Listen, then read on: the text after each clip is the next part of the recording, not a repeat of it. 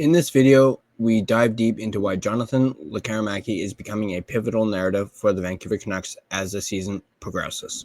Join us as we analyze his impressive skills, recent performances, and the impact of his plays on the team's dynamics. Discover how Lekkerimäki's development could shape the Canucks' future and why fans should be keeping a close eye on this rising star. So let's dive right into this. We're going to be going over an article talking about Lekkerimäki. Going over Lekkerimaki. The article is from Canucks Army. The headline is Why Jonathan Lekkerimäki is a Key Story to Watch Down the Stretch for the Canucks. I will leave a link to this article in the description down below. We're going to take snippets from it and go over it. So let's dive right in. This is an article from Tyson Cole of Canucks Army. And it goes on to read, Vancouver Canucks top prospect Jonathan Lekkerimäki was the hero on Monday night, grabbing a third-period tying goal and the shootout winner en route to a 4-3 shootout win over the New Jersey Devils.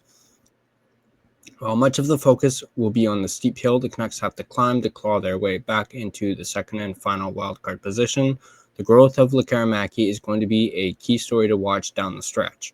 With the current state of the team, the roster is in dire need of somebody to take the reins offensively. Elias Pettersson, Niels Höglander, and Filip Chytil are all out without timelines for their respective injuries. This leaves Brock Besser, Connor Garland, and Jake DeBrusk as the only forwards on the roster with north of 40 points. And quite honestly, it's hard to expect a rookie with just 19 games of NHL experience under his belt to carry the team offensively. He's got all the tools to be that offensive weapon, but he just needs time to find his footing in this league.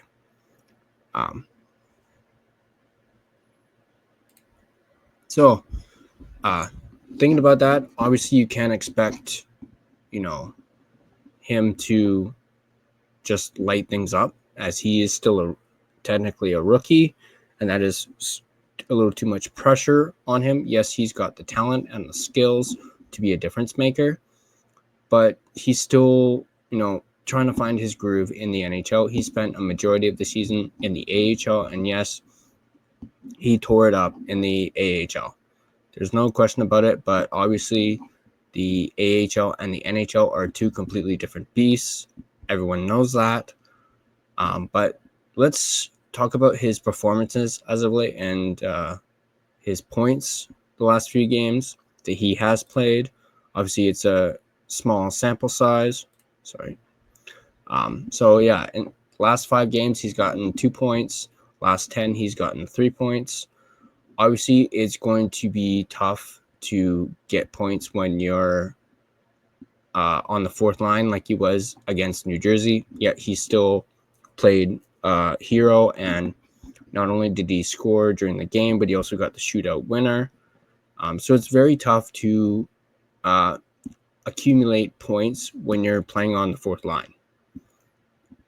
In the game last night against the Islanders, he was bumped up to the third line, and you can't expect him to produce when he's playing that low in the lineup, as well as not just barely playing 10 minutes a game. I do think in these next couple games, or for however long Pettersson, Chytil, and Höglander are out, I think Rick Tocchet should bump Lekkerimaki up to the first line. Maybe put Brock on the second line. It's not like he hasn't done it before. And Brock's, since having that burst where he scored, 5 goals in 3 games, since then he's been quiet. So maybe throw Lekkerimaki up there, put him on the first power play unit. And if I didn't really look at the lines for the power play in the game against the Islanders, so go ahead and correct me in the comment section down below. But I don't recall Lekkerimaki being on the first power play unit. And if he's not, put him on there. And maybe the power play can actually do something, because it's been absolutely horrid as of late. But on that note, let's Where was it? Sorry. Let's go ahead and continue on with the article. One specific quote I want to go over. So it's just a little snippet that I'm going to bring up, which is right here. And it's a quote from the article basically saying, everybody always talks about Lekkerimaki for a shot, and rightfully so. That is his bread and butter, but his speed is underrated. Remember how a while ago we were talking about how Lekkerimaki, or no, sorry, not Lekkerimaki. Jeez. Remember how we were talking about how this team lacks speed, and then we got Drew O'Connor and we got Filipino, and that injected some speed into our lineup. Well, they're not the only ones with speed. Lekkerimaki himself has a lot of speed, and you saw that in the game against New Jersey. You saw him showcase that speed, especially on his goal. He was cutting through Devils like nobody's business. So Lekkerimaki himself brings that speed to this Canucks team. So, and again, I reiterate, he needs to be higher up in the lineup for him to, help out this team offensively. It seems like Rick Tocchet somewhat understands that, but hasn't delivered on that, even though he spoke about saying, I need to give him more minutes. Well, do it. Last night was a step in the right direction, bumping him up to the third line. I think you should, I don't know, maybe bump him up to the second line against Columbus on Friday, and then maybe have him on the first line against Winnipeg on Sunday. I don't know. But moving forward to this next part of the article, I broke it up into sections. Let's go over the third one. But we're going to go over this part, and it reads as follows. Obviously, the team is in the business of winning games with the playoffs still within reach. However, regardless of playoffs, seeing how far Lekkerimaki can come to close out the season, it is not only important for his development, but is crucial for next season.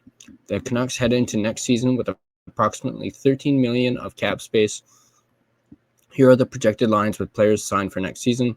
Brock Besser, he's a UFA. Pia Suter, UFA, and Atu Ratu is an RFA, are the expiring forwards on the roster. But it shows as follows. So first line, DeBrusk, Pettersson, Höglander. Second line, Joshua, Hedel, Garland. Third line, O'Connor, Bluger, Lekkerimaki. Fourth line, Carlson, Amon, and Sherwood. The Canucks are going to need to use their $13 million to add some impactful forwards to be a competitive team. And realistically, they need an impactful winger and a second-line center. Can you get that out of just $13 million, especially with the salary cap increase? That might be tough. We talked about that in a previous video when talking about Pia Suter and whether or not the Canucks can re-sign him. You can find that right here.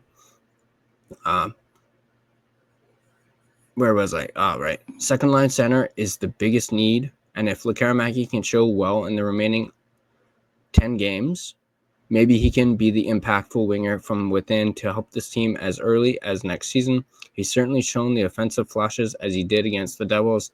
He just needs more opportunity to turn those flashes into consistency. So, but,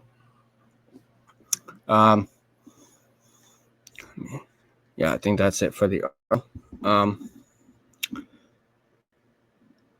another note, it has nothing to necessarily do with Lekkerimaki. I'm just going to do a cheap plug as on Friday, speaking of the next Canucks game and the Blue Jackets, Friday, I'll be doing another live stream. The one we did last night turned out really well. I seem to have things organized for it, and I really enjoyed it. Hopefully you can join me Friday for the live stream. It will be taking place at 7:30, so we're going to bump it up and have it 30 minutes early. compared to this most recent one. I'm just trying to figure out timing for the live streams. That way it gives me enough time to do my notes and get everything all organized. A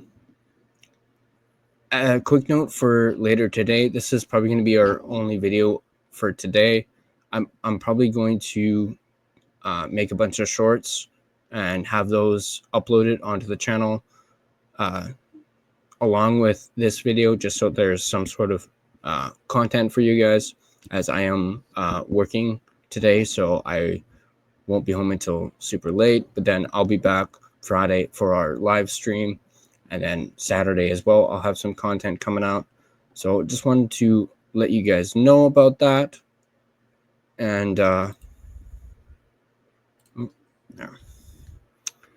so yeah, so that's going to do it for this video. A bit of a shorter one than normal, but what do you guys think about this article when it pertains to Jonathan Lekkerimäki? What do you guys think about these lines? Whoops, wrong one. Sorry. These potential lines for next season. Having DeBrusk, Pettersson, and Höglander as your first line. I do really like that. At least having Pettersson and Höglander together. Obviously, prior to their injuries, they were playing really well together, and they have that chemistry with one another. So I think that should be permanent going forward, for sure. Obviously, there's a big question mark with Hedl and whether or not he'll recover from his concussion. As we've mentioned before, this is his 5th concussion, and he's in his mid-20s. And everyone said, he's one bad concussion away from his career being over. So there's a big question mark with Hedl, which only makes the Canucks basically makes them needing a second line center even more urgent or critical, rather, that they are planning on addressing in the offseason. And as the article mentions, it's not going to be easy. It's going to be tough. They only have $13 million, and they also have to think about extensions, in particular with Demko. But yeah, so that's going to do it for this video. If you like this video, go ahead and hit that like button. If you're not subscribed to The Line Change, go ahead and subscribe. Share this video as well. Share it with your friends. As you can see, excuse me, sorry. From the bottom of our screen, join our Discord. It is completely free. The link is in the video description, and be a part of the conversation. Go ahead and join our Discord. We've got some, then we can talk all things Canucks. You can also talk with fellow Canuck fans who are part of the Discord. Also, become a Patreon member and you get exclusive perks. The link to our Patreon is in the video description down below as well. You can find us on social media at The Line Change on Instagram, Line Change Van on X. You can search for us on Facebook. Just search The Line Change. And then you can find us at the.line.change.po on TikTok. Also, listen to us on Spotify. We are also on Spotify. You can either listen or watch the podcast. And as always, I'll see you guys in the next video.